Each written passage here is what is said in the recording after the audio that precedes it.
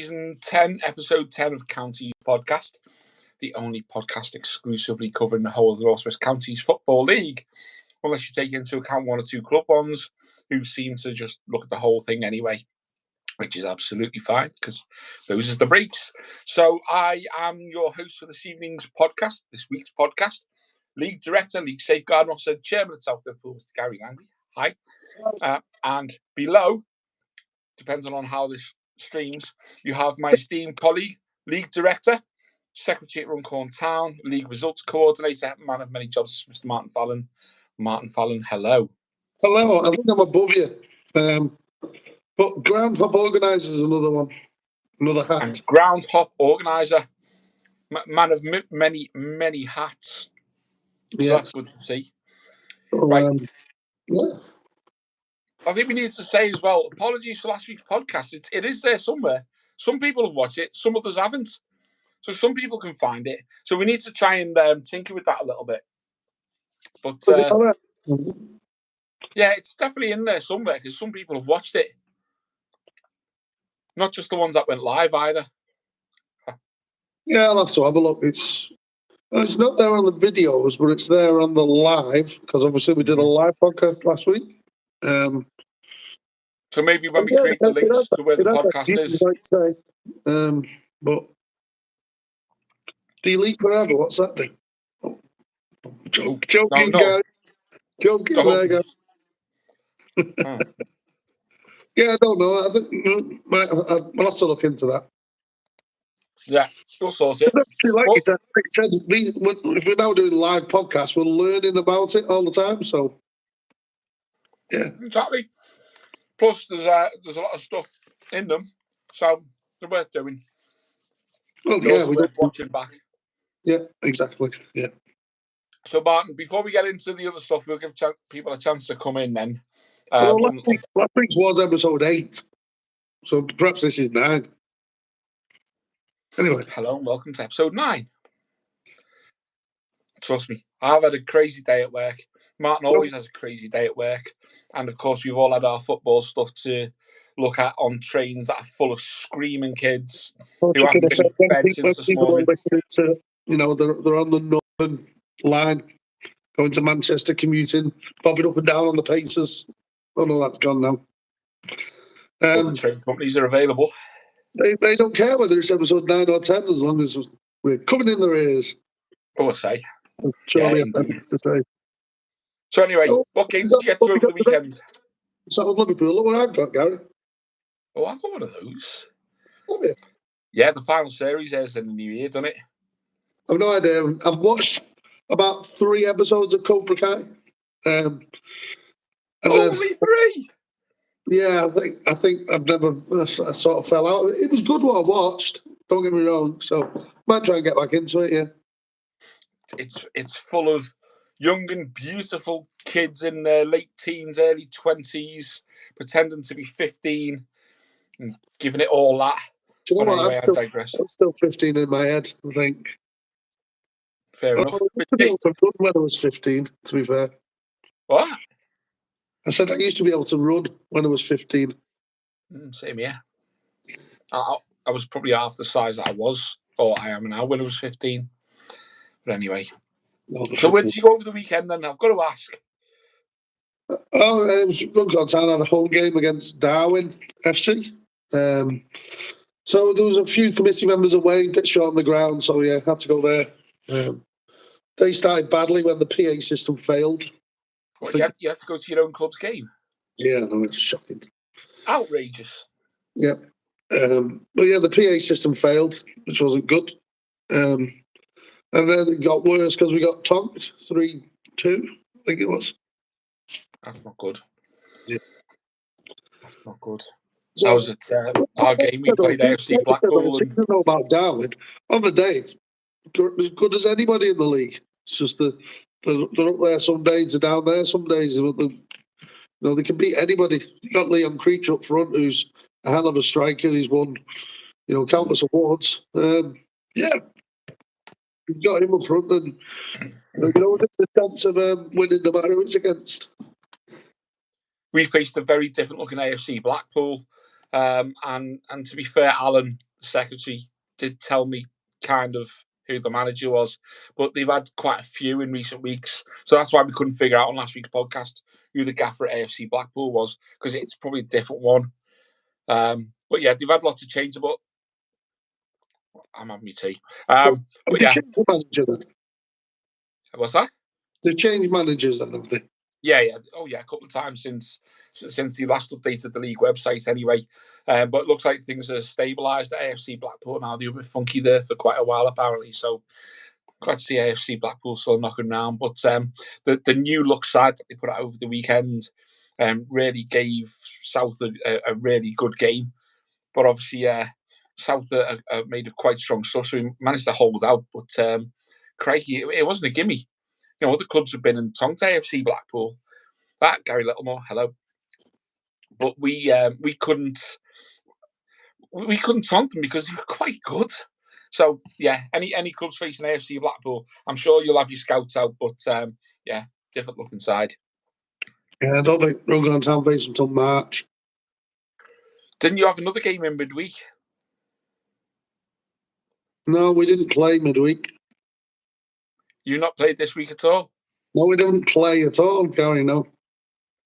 Did you have a competitive fixture that you had to attend? We might have had a competitive fixture, yeah. How did you get on, Martin? Well, we won't go there, Gary. We won't go there. Did you ever watch, was it St. Greavesy? No, or Fantasy I remember Football St. League. Greavesy. No, What? Fantasy Football League, where they pretended that they pretended that the Premier Division didn't exist because they didn't have the rights to it. Yeah. It's like that. We're just pretending it didn't exist, really. No. Okay. Just looking a bit windswept, that's all. People want to know said result, then they can look it up, I guess. You've really caught the sun there in the last minute or so. Anyway, I digress. Right. Okay, so we've got a few things that we can have a little look at. One thing that I'm going to set live on the website, possibly as this podcast is being streamed, is Club of the Month. So, Martin, as results coordinator and all-round good egg, because obviously we had a league management committee meeting last night. That was quite a heated one as well. But that's the benefit of having an experienced management committee. Long meeting, interesting one, but Club of the Month was sorted. So, Martin, would you like to reveal who the divisional clubs of the month are, and if there's any caveats or twists? Yeah. So, we starting with the Premier, I guess. Yeah, let's go with it. Although, straight into it. So a couple of clubs had good months, basically, in the Premier. FC Isle of Man had a good month. So they went 2 away wins, just 1 loss coming in the month. So, good to see the Isle of Man picking up, really, isn't it? I think, they struggled when they first went into the Premier Division. We said the other week, didn't we, that what Isle of Man, what state's Isle of Man in at the moment? And lo and behold, suddenly they've appeared out of nowhere again. And they're up there, so fair play.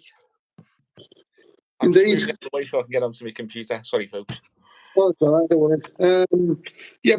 Padiham did well also. They had 4 wins and 2 draws, so they went through the month unbeaten. Well done, Padiham. And Charlotte Richard actually won all 5 games they played, so that's a great achievement. What sort of let Charlotte down is, I'll say let down, it's hard to let down when you won 5 out of 5, but they played all their games at home, so under the points-based system that it is, basically, under the points-based system that it is, you sort of get lower points for winning home games than you do away games. So because theirs was at home, they sort of they got an average of what was it, 2.75, I think. But the clear winner of the month, like by quite a long distance, was actually Chatterton in the Premier Division. All right, okay.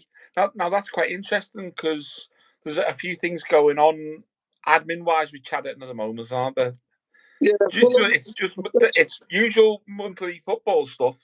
There's a blue dot again. I'll say about the award anyway. So basically, the team with Cheadle in the first game of the month, then they had two successive 3-2 wins. One of them at Ramsbottom, one of them at home to Bury, which was I think they were actually losing that 2-1 with a minute to go and won 3-2. So cracking end to the game there. Then they had two successive away games in the league. One might have been Macron Cup actually. Followed by a win away at Radcliffe from the Northern Premier League in the Manchester Cup. That was on Halloween, which is a fantastic win because Radcliffe are flying. You know, I know they'll change the team a little bit, but it's a great away win that. So yeah, like I say, your points matrix, you get different points for it. So winning away, you get more. Winning against the Northern Premier League side or anyone from a higher level, you get more points. So you know, they stormed it this month on the average, really. I think we try and be transparent with it as well, don't we? So obviously you've done an article template there, which I'm just tinkering with now so I can put live in a couple of minutes. But it explains how this has worked out. And it still doesn't stop Keyboard Warriors trying to do their own version of saying, yeah, well, the moon was in the third quarter of Sagittarius. So my team would have got an extra half point. But it's there. It is transparent. Yeah. You did. In fact, I'll come on to that at the end. We'll do the award. No, in fact, I'll come on to it now. So yeah, there's you mentioned about caveat at the start. So there's actually a caveat that award for Chadderton is on hold, unfortunately. That's because something I think with on the website, by the way, Martin. I know you're aware of it, but yeah, I've had to put out just a small piece to explain why.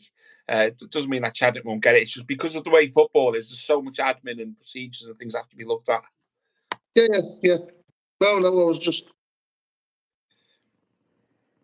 Yeah, I was just basically saying, you know, as part of the awards, I think it was about a year, about probably more than that, probably before COVID. Actually, now you've got a big thing sticking in your head. Was that your microphone? Yeah, you're not meant to see that. So yeah. Oh. Yeah, my guy with the boom mic's just out of shot there. I just have him stood there all day. Frank. Oh, man. So, yeah, it wasn't before COVID. We basically we brought into the club of the month sort of any infractions with regards to the respect campaign. So I think something with that's getting looked into with regards to Chadderton at the minute. I know we've had a couple of awards withdrawn over the last sort of year, haven't we? Yeah, there was one last week as well.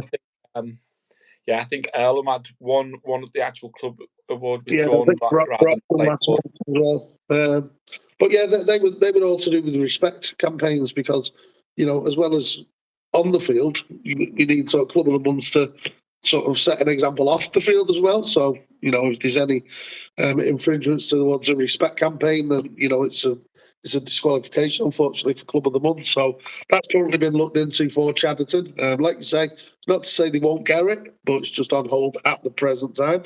Yeah. We're not doing anything with player awards, so I'm aware of the fact that it says on our template that the player awards will be announced in the hour. They won't. Oh, well, we'll come on to player awards at the end of the club awards, I guess. Yeah. So, in the North Division, a clear winner this month, Gary, in the North. Yeah, really, yeah. So we'll start with a couple of, you know, ones who missed out. Bacup Borough. You know, Brent's team had a great month. They had 4 wins from 6 games, 2 at home, 2 on the road. So, yeah, you know, fantastic. Darwin actually had Bacup this season. Bacup looks stronger and more resilient as a team. They do look solid. They always are, aren't they? You know, they won the cup last year and runners up in the other cup. Yeah, but the league form doesn't always tend to reflect the performances on the pitch. But this season, it seems to be parallel. So, yeah, there's a lot of potential there. Yeah.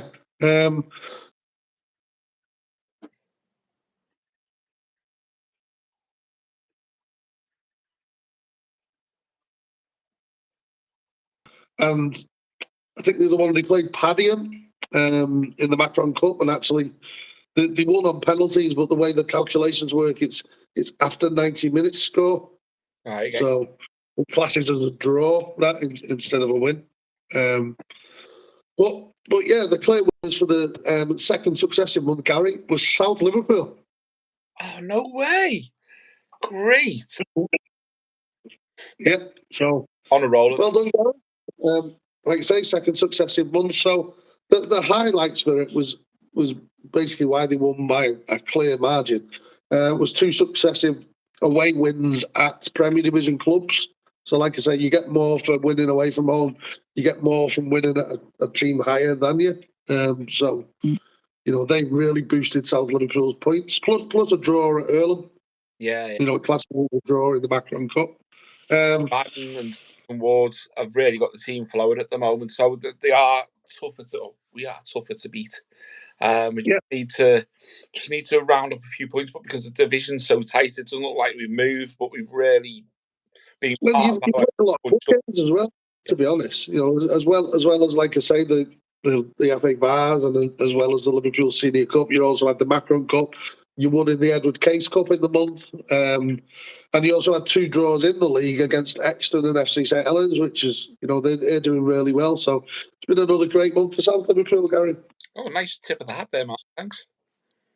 Yeah, thanks. Sorry. It's unintentional. But yeah, there you go. I'll take it anyway. Right. But yeah, it was great. In the South Division, again, a couple went close. So Sandbach United had a good month. They were actually unbeaten in the month, to be honest, but they did have 4 draws from 6 games. So although they were unbeaten, a lot of them were draws. Ashfield won 4 out of 6 games. So they've really turned the corner this season, I think, Ashfield. They had a player of the month last month, didn't they, with Ben Green up? Yeah, they did, yeah. But they were sort of let down with the home loss, really. That really affects your points. So that dropped them down a bit. Barnton had a really good month. So it's nice to see them doing well. It's a weird one with the Club of the Month. So qualifying criteria is you've got to play 3 games. And they did play 3. Yeah, I'm not trying to snipe you for winning Club of the Month. So, yeah, that blue dot appeared again. I didn't even notice it until you decided to go. No, people will notice. People did. Nah, they won't. But yeah, so Barnton, they only played 3 times in the month, but they won 2 and drew the other one. So it was actually that draw that knocked them down a little bit. But the winners, once again, was Brockton, who had a phenomenal month. Absolutely flat again.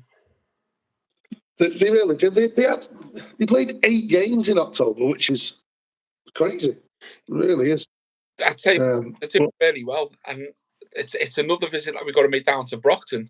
I keep trying to get down there, but it's just. You've never been to Brockton yet? I've not had the pleasure. Obviously, I've got club commitments and so on, and my league commitments are there. But you can get the train down to Stafford from Liverpool. It'll be easy. Stafford, not a problem. Stafford to Brockton, I believe, is a bit of an adventure or an expensive. No, it's all right. It's not far. It's not far. In fact, you could get on at Liverpool, pick me up at Runcorn on the train. We'll go to Stafford together. Let's make it happen. It's a lot easier than the Isle of Man. Well, that's still on the to-do list anyway. But yeah. Brockton's a lot less likely to have a team involved. Yeah, but Brockton actually lost. They lost 2 out of the first 3 games in the month. One was at Kidsgrove Athletic in the Stafford's Cup. Yeah, well, I mean, after Kidsgrove, good side. Yeah, they are. Yeah, the other one was at home to Eccleshaw. So they weren't looking good. The game that they won in the middle of that was 10-2 against New Mills, which phenomenal. But they ended the month ridiculous. They had 5 successive wins. 3 of them coming on the road against Ashville, Stockport Town, and Market Drayton. Yeah. So 3 clubs that are really doing well. You know, they had convincing away wins there. They beat Alsager at home, and they also beat Ayleston Park at home in the Bars. And Ayleston are actually, by the way, on the website for 6 o'clock. So once we're well, Ayleston are a Step 5 team. So you know, and they won that 4-0. They actually scored 35 goals in the month, which is ridiculous. I'm a firm believer that a lot of these peripheral leagues, their Step 5 teams would really struggle against a lot of our Step 6 teams. Our Step 6 divisions are so solid. So, and it doesn't surprise you when you get a team pinging off a Step 5 team from somewhere like Staffs or Yorkshire or somewhere like that, 4 or 5-0, because it's such a tough division. And Campion have gone on to show it's when you go back in there, you're better equipped for it. Emily before them, Carlisle City before them. Yeah. There's lots of examples of Step 6 sides moving elsewhere and getting promoted, you know, within a year or two. Yeah, absolutely. All right, mate, so that's good news, and congratulations to all 3 of those clubs. Yeah, I mean, Brockton, it's the 3rd successive month they've topped the Club of the Month thing, but top of the league, lost 1 game out of 16 in the league. And 10 points clear, flying. Yeah. I guess we'll come on to the table in a bit, though. But we'll have to try and get down there. I mean, obviously, I've got to go up to the flipping Scottish Highlands soon for our Vars game. I've got to try and get down to a Met Police game as soon as well. But obviously, Alaman and Brockton are on our hit list, so we'll try and get there soon. Maybe bearing gifts. Yeah. Yeah. All right, so well done to all those clubs. You spoke there about discipline, Martin. Is it worth opening up about the fact that there's been a few disciplinary issues this season? Because it's kind of been an awkward season, hasn't it, for discipline? Is it something worth going at, or should we just discreetly crack on? Well, I think there's been a lot of. I mean, if you look at the discipline reports that come out each month, there's crazy season for it, but a lot of them are daft discipline that, you know, there's no real need for. It's just club's been daft. I think the one sort of to focus on is sort of like dugout infringements. You know, managers and physios and assistant managers and all that getting sort of booked or sent off from the dugout, which is there's more this season than there has been for years, which is crazy. There's a trend as well now, and there's been a lot of dugout stuff, and clubs bringing in extra stewards very close to the dugout, and there's people streaming games thinking, "Oh, I'll only stream 5 minutes. It won't matter. It'll matter if UEFA get hold of it or the FA get hold of it." So just don't. And there's always people at games with cameras as well, so it's really hard to get away with stuff. It's like your number 15 is having a pee in the corner. There's always somebody there with a camera who'll snap it. Well, to be honest, that's a criminal offence doing that. It's not just a infringement on the field, because it's classed as indecent conduct, isn't it? Yeah, tell clubs as well, but things like that still happen, and there's still other things that we say to clubs. Listen, have a look at that. Have a word out, and out there. Yeah, I know. Yeah, I mentioned Player of the Month there in that lot. So how Player of the Month works is clubs actually nominate players. You know, they point out players who they want to nominate. They've got, you know, they point out the goals, your assists, number of clean sheets, whatever. It's up to clubs really, and they've got till the 3rd of the month to make them submissions. So that's tomorrow, as we're recording this. Might not go out tomorrow. We can't figure out how to put them live at the minute, but we are live. Yeah, I know. Yeah. People now watching it are all right, but I don't go up for another week. But no, I'll be down to London tomorrow, so I'll be like on the train trying to figure out how we move it. I'll be like, I know, yeah. But yeah, that's how Player of the Month works, clubs have to nominate, and then there's a panel who look into it and award accordingly.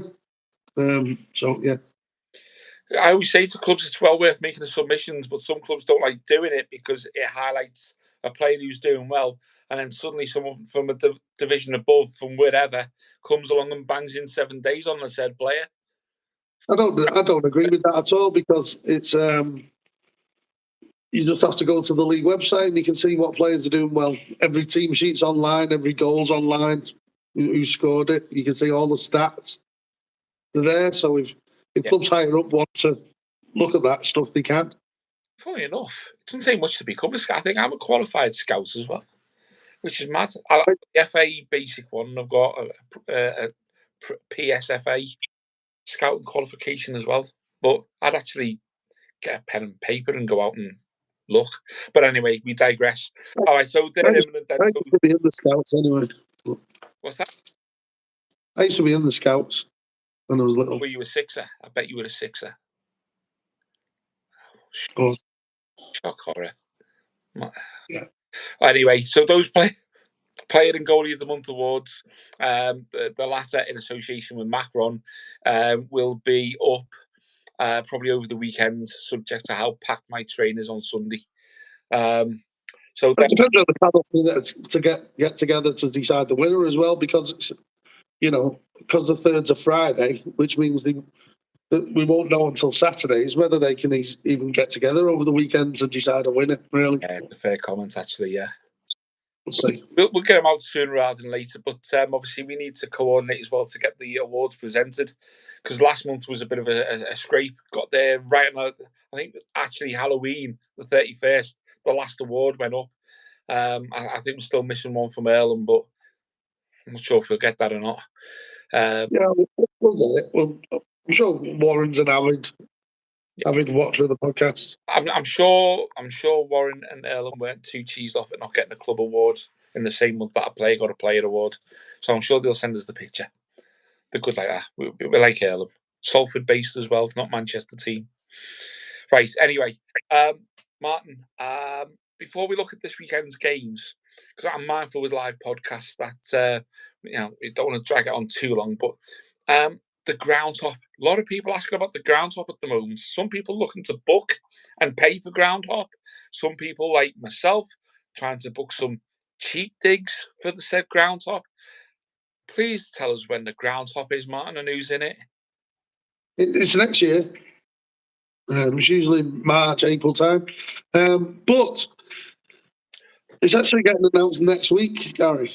No. Yeah. Okay. So it's getting announced next week, the Groundhop. Yeah, it's going to get announced next week. Primarily, like you say, so people can book, get booked on it. It's going to be a good one this year. It's always good. But I'm lucky because I kind of know where we're going, so I have already booked my cheap digs. But that said, are we looking to do something for that then, Martin? Maybe have a chat with either Chris or Lawrence.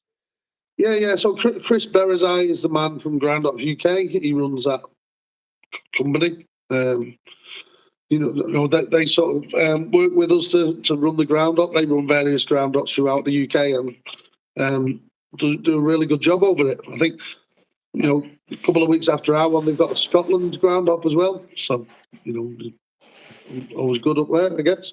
Probably colder, but yeah, he's going to come on the podcast next week to join us, and we'll get the Groundhop announced. A recorded podcast, probably. Well, yeah, because we can't figure out how to properly do. I think thereabouts live, but we need to have a word with Steve Brown just to make sure. I'm sure Steve will help the enemy out. I've just we're not even in. I've just put some panto mode, haven't we, every now and again? Yeah, I just put some new pictures on Bake Up Borough's club page. New pictures. They've got new badge as well. Well, not a new badge, a new badge on the website. Have they got like high res stuff? Have they? Yeah, so it looks good. I think Lights does a lot of work there as well. Obviously there's a lot of focus on of course, there's a lot of focus on Brent. Steve Brown's quite prominent, but Andrew Knight does a lot of the commercial stuff in conjunction with the likes of Brent and the club's board. Doesn't get maybe as much of a mention as maybe he should, but yeah, he's always game around the league. Like you see him, he knows the stuff. And Debbie, she does a cracking pie. Of course, Debbie. Yeah. I'll have to get back up to Bake Up this season. I've already been once this season, but I'll have to. Yeah, me too. I'm quite interested in what the clubhouse is like because they're doing some work on the clubhouse, aren't they? I think they knocked half of it down. Quite a lot of work on the clubhouse. Yeah, the first bit's still there, where you walk in the door, but the far bit's gone. And yeah, they're looking to sort of redevelop it. So I'm looking forward to seeing what that's like. Always good going Bake Up anyway. Yeah, of course it is. Yeah, everybody who goes to Bake Up always has a story when they come away. It's one of those grounds. There's loads of grounds that you can go to, and you know you're always going to end up with a tale or a story, and that's a good thing. There's a lot of characters, not like a soulless bowl or anything like that. But anyway, we digress. All right, so is that a hint about the groundhop or have we done Bake Up yet? No, we've done Bake Up. Sorry, I've done Bake Up. It's not my gig anymore. Yeah. We as a league, it's a royal week, like King Charles royal week. But yeah, we did Bake Up 2 years ago, and it was really good. They played St Helens Town on the ground up, and Bake Up won 6-1. So yeah, that SA won us back. So yeah, it was good going. Okay, so we're cooking on gas. So we know about the groundhop. It'll be good to speak to Chris, and it'll be good to do a recorded podcast, and we can get word out about that. So that's all good in the hood. Excellent. Yeah. Do we want to just trying to find on my computer here? Bear with me for 1 second. So the groundhop, I've got some stats here from the groundhop. So next year will be the 6th running of the groundhop, and we'll actually we've had 33 games on groundhops in the past, which is quite impressive, I think. Yeah. You know, groundhops have seen 123 goals in total, and a total attendance of just over 13,000. So it works out on average 402 spectators per game, which is decent. I remember early days because I think I did the first couple, and then you took it on from there. And we had a habit, certainly in the first 3 or 4 seasons. Every game we went to, we'd set an attendance record. That's carried on as well, as you know. So like Foley Mayor last year, that was set the attendance record there. I think the year before we set it again at was it Ilkley or Steeton, one of the new grounds. Yeah. So yeah, we seem to do that every year, set a ground attendance record. Let me have a look at it. The one we're taking part in as well, because I know 1 or 2 clubs have been a little bit funny over the years, but the whole reputation of the county's groundhop, it's gone on to legendary status already because of what it brings to the league, the clubs, the day, and again, everyone's got to tell. Yeah, the more clubs put into it, the more they get out of it as well. You know, you need to work with each other and work with the community and stuff, and it's great. You know, the best ones are when you go in there and you're not getting pie and chips. You're getting homemade chili con carne on a jacket potato or something like that. And there's loads of stalls selling local IPAs that are produced down the road. I was buying those stalls, pin badges, programs, merch. Oh yeah, there's always that guy who's got a full size FA Cup and European Cup replica, and so you can have your photograph taken with him. I remember actually a couple of seasons when I went. I think we were at Congleton, and you and I were caught in the same traffic jam getting to Winsford, and then we met up at Winsford again in the car park. We went through the gate, and there's the Champions League trophy staring at us. Yeah, I know, man, isn't it? I'm joking. It's really good for clubs, and like I say, we've done 33. you think we've got 60 clubs to do, and the idea is to go. Or my idea is to go around all of them eventually. Anyway, because why not? Why wouldn't you do anything for that? 15 when I first met Chris down in Tamworth. Let's see how we can get around these clubs. And the good thing, obviously, about our league, or well, depends on your perspective, is that we do have a high turnaround of clubs at the moment. We're losing a lot going up. We do lose them going down, and you've got new friends coming in almost constantly at the moment. So there's a good product there. Yeah, definitely. So it should be a good one for 2024. It really should. But we should carry it on for another 5 years yet. Really, I think, till we get around all the clubs. I'll be devastated if you don't make a special announcement next year that there's or next week that there's a commitment for another 3 years. Well, it's just ongoing now, Yeah, I remember at the outset the commitments to do all the grounds, Gary. So we're just over halfway there. Yeah, I remember at the outset though that over the years, Groundhop UK had tried to get a Groundhop, and leagues like ours, by their own admission, hadn't been too receptive to it. So we opened up a whole new genre and a whole new market for the likes of the Groundhop, and it's been well received. It's a useful trip. I just hope only chips at Runcorn last Saturday. Kevin Hardman, Martin, come on.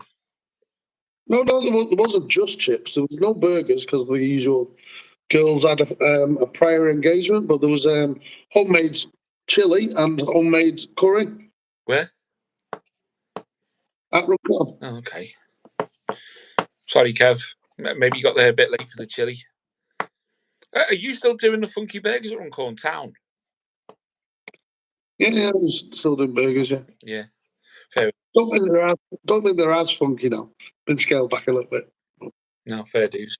All right, so there we have it. So next week is Groundhop Announcement Podcast. You heard it here first, so we'll get there. Right, Martin, do you want to have a quick look at this weekend? Any games that are sticking out for you before we try and wrap up? Well, I just need... The thing with live is you do it on your phone, and I've got a battery. Yeah. It's called lack of prep, really. Forgot to charge the battery. There we go. Games. Yeah, I can look at games if you want. Where are you going this weekend, Gary? I am not going to a game this weekend. I am going down to London tomorrow. I'm taking my daughter to see a musical, and on the Saturday we are staying at Heathrow watching some planes take off. Although if I could sneak away for an hour to get to Met Police FC to go grab a batch of programmes that's waiting for me like that, I might try and do that, but it's unlikely. It'd be a bit unfair. What's the ground near Heathrow being with F? Bedfont and Feltham. That's where Feltham, yeah. That's where you get the money shot of the football taking place in the A380 looming in on the double-decker plane in the background right above the clubhouse. It really... Yeah. The problem is, and here's where I'm going to show a slight aviation geek here, because I've been to that ground a few times. Yeah, I have. It's nice. It's nice sitting in the stand there, just watching the planes. It is. But they changed the runway at 3 o'clock. So they changed the runway at 3 o'clock, so you get to Bedfont, and you're there with your very nice... they do really nice burgers there, by the way, and your very nice coffee as well. And you stood there, the planes coming in, and then bang on 3 o'clock, all you can hear is the engines because they switched the runway around. So all the landings come in on the other side, and you're like, great. Yeah. So although you might get the takeoffs, but harder to see. And it's in another interesting ground as well, because you've got Bedfont Sports just literally over the fence. So it's akin to Squires Gate and Ren Rovers. It's that kind of setup. Although the two... Definitely worth going. Just go to Cheadle Town. Or Cheadle League Nomads. Could do. Yeah, that's a good shout. Where else was there? There was some... You probably get a slightly better view at Cheadle League Nomads, I'd say, with the landings into Manchester. Got to be done. You can get the train close there as well. Mind you, saying that, my electric milk vote's being delivered next week, so I'll be up. I know I'm getting a lucky car. Yeah. Cool. I'm going to stick some back of it and start delivering.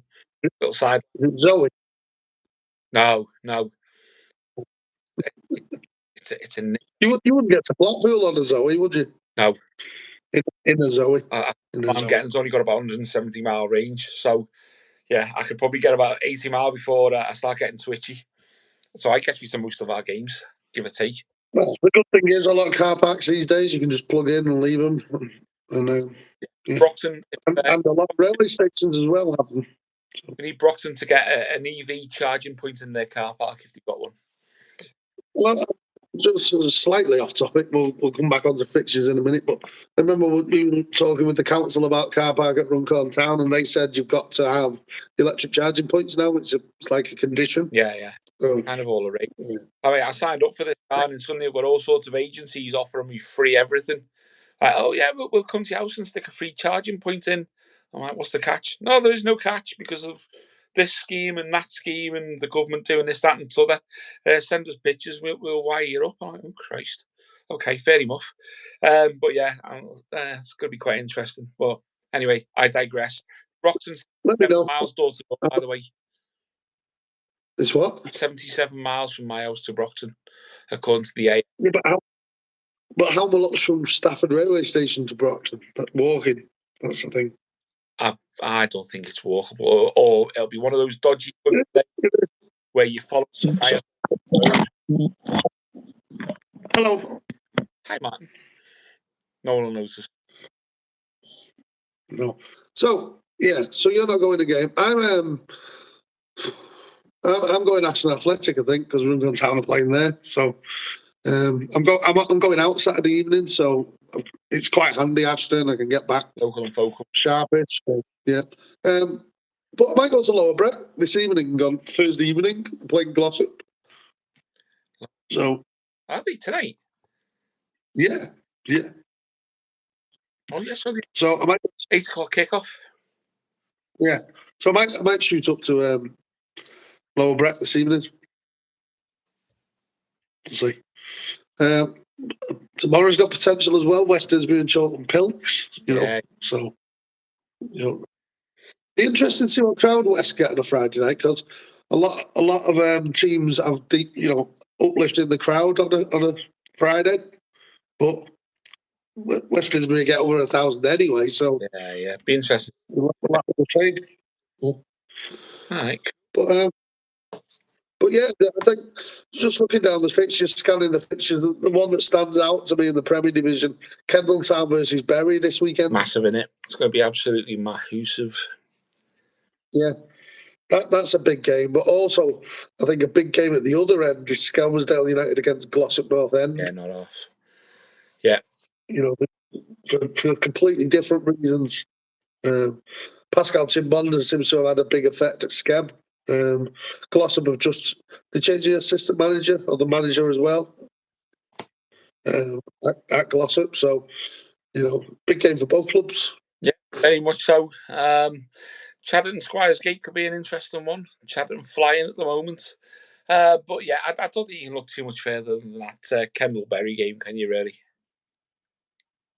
No, never been to Kendal yet. I need to do it. I think we've been in the north and there's only 17 teams, 18 teams. So there's going to be quite a number of free Saturdays coming up. Yeah. So hopefully I'll get some of these grounds in. The North Division, like I say, I'm probably going to Ashton Athletic on Saturday. But FC St Helens Ashton Town's is going to be a decent one, I think. Ashton are doing really well at them. Stop it with that dot, will you? Ashton are doing really well at the minute. FC St Helens, we know what they're capable of because they're top of the division, but it should be a really good game, that, I think. No, I agree. Well, I think there's a lot of changes taking place there as well, so they're evolving as they're taking the league by storm. So, yeah, LR against Ilkley Town, that'll all be decent. LR's in third, I think Ilkley are fifth. I'm not got the league table up, but yeah. And you said Blackpool did really well last week, so they've got Exeter. Yeah, be interesting to see. I mean, I wonder if Exeter have got scouts out, but. No, it's a very different side than was out a few weeks back as well. So, yeah, it'll be interesting to see how they handle it. So that could be a game for that reason. Darwin Stein could be interesting as well. Yeah. South Division, there's a few games on there that really stand out to me, I think. Leaders Brockton are away at Barnton. We mentioned Barnton before. They were there or thereabouts on Club of the Month. They had a really good October. So it's got interesting, that game. I think if Runcorn Town's off, I'll be looking to go that. Yeah. Really will. Market Drayton against Stockport Town should be a good one because they're both there or thereabouts in the playoffs. Should be a good one. But again, at the other end, Droylsden Winsford's a huge game. Who'd have thought that? Well, I'd have thought it'd be a huge game, but for the opposite reasons at the top of the division. Yeah. But yeah, even Stockport George and the Sandbachs is a big game because they're both pushing, aren't they, for playoff positions? Quite an exciting division, that one. There's no obviously Brockton are doing all right, but there's no overall someone speaking away with it, is there? So it's still quite tight. In a way, Division 1 North is as well, where all the clubs at the top half seem to be doing well at the same time, but there's not that much movement. Although you've got all the clubs bunching up, and there is that step starting to appear. Because we always say around overtime that you normally get a breakaway, but half the division in the north are breaking away, whereas in the south, no one's breaking away yet. It's quite interesting. Well, apart from Brockton. Yeah, well, I think the north and the south is so. I'll look at the league tables in a minute, but I think they're so close. It's untrue. Just one more before I look at the league tables. Ramsbottom Longridge on Sunday. Yeah. That could be an interesting one. It could be a decent crowd that as well. Got the weather off. At the moment as we're recording, everything's absolutely soaked wet through, but that could change just as quick as it arrived. It's forecast to last too long past tomorrow, so hopefully a bit of wind on Saturday can dry off these pitches out. Yeah. Well, just looking in the Premier Division, Bury are top. Like Withenshaw, Kendall, Chadderton are doing well, but I'm looking just at Prestwich Hayes in 5th on 32 points. If you look all the way down to Cheadle Town in 16th, they're only 7 points behind. You're talking sort of 2 wins there. Yeah. And you can go from 15th, 16th up to 5th. It's that close a division. It's going to be an absolutely mental division. It'll be interesting to see if Withenshaw, full stop, can hang on and get those. I think they've got the three games behind Bury, aren't they, if memory serves right? Because I had a little look before. But that's obviously 9 points. That would take them back ahead of Bury. But Kendall Town, we were saying there about big thing up there. But it's so tight at the top. But Bury, Withenshaw, Kendall Town. Admittedly, I'm surprised about Chadderton and Prestwich Hayes. West, we kind of always expect to be up there. Anyone can win that division this season. I think it's. Withenshaw have got so much momentum behind them. Very competent as well. Bury are Bury, so you can't get them to be there. And Kendall Town are resurgent, so it's up to the others to really put the pressure on them. But that could be division. The North table's incredible. Oh, tell me about it. Ilkley in 2nd are on 33 points. South Liverpool in 9th are on 3 points behind. Yeah. So 2nd and 9th is only 3 points in it. Yeah. That whole top half of that division could change at the drop of a hat if the clubs who had the games in hand just played those games in hand. It could look very different. But then actually, looking down there, there's hardly any games in hand. Atherton Alara played 16, which is the least in the division. That's what I'm saying, Martin. You've got a lot of clubs who have played 17 and a lot of clubs that have played 18. And I think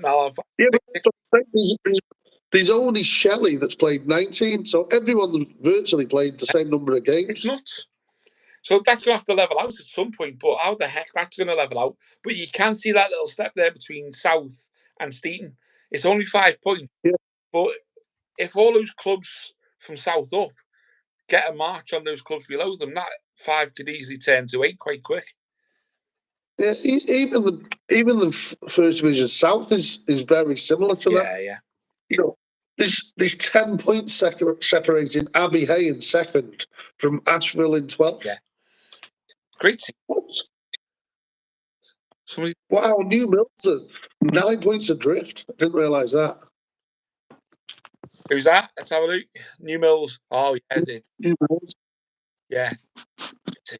Great. They've got work to do. They've got a job on. Oh. You haven't. Hello. I should really get a stand for this phone. We're going to go online, shouldn't I? There we go. So if anybody wants to advertise on this podcast, Do you know what? we can have. I've just realised I've got a stand there. It's a little tripod with.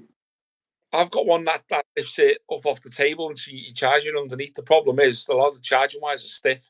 But anyway. Yeah, but I could just sit there like that and I put my phone in there. I didn't even think of it till just. But I'll remember for next week. Yeah. All right, Martin. So I think we are where we are with it. So should we wrap it up because I want to try and order a Kentucky Fried Chicken and really cheese off a Just Eat delivery rider who's got to bring me in the storm. It's on dear Kentucky Fried Chicken, I think. Flipping expensive, but it's any port in the storm. No, Subway's got. Subway seems to be really expensive now. I don't know if you noticed that. I noticed it before in Marks and Sparks. A lot of the stuff that you see online, it's upped in price. So they put the individual product higher, then they slap you with a service charge. Service, who's giving you the service, really? And then they sting you with a delivery fee. So I've given up ordering crap off online, with the exception of maybe tonight for KFC. But yeah, it's all an absolute farce. Support. I go to Portugal for the winter. Yeah. They have Uber Eats over there. You have what? They have like Uber Eats and Deliveroo, for example. The delivery fee over there is 40 cents. That's it. Over there, like $3.99 or whatever. No, over there, 40 cents. That's it. Businesses in Portugal probably subsidise the low-paid buggers who have to come out and deliver in these conditions, whereas over here they'll tell them to fend for themselves. Yeah, you're working freelance. I'm not going to get political or high horse. Yeah, let's go anyway then. Before you do, Gary, I've got cheesecake to eat anyway, so I need to go. Yeah, all right, folks. Like, subscribe to the channel so you'll get alerts for when we go live in the future. Do give us a like because apparently that matters and it helps, and also try and spread the word as well. Because if we get a certain amount of subscribers, we can do even more with this wonderful thing. So help us out. So below or above, depends on how you're watching this, is my esteemed colleague Martin Fallon. Martin, thank you very much for your company and insight this week.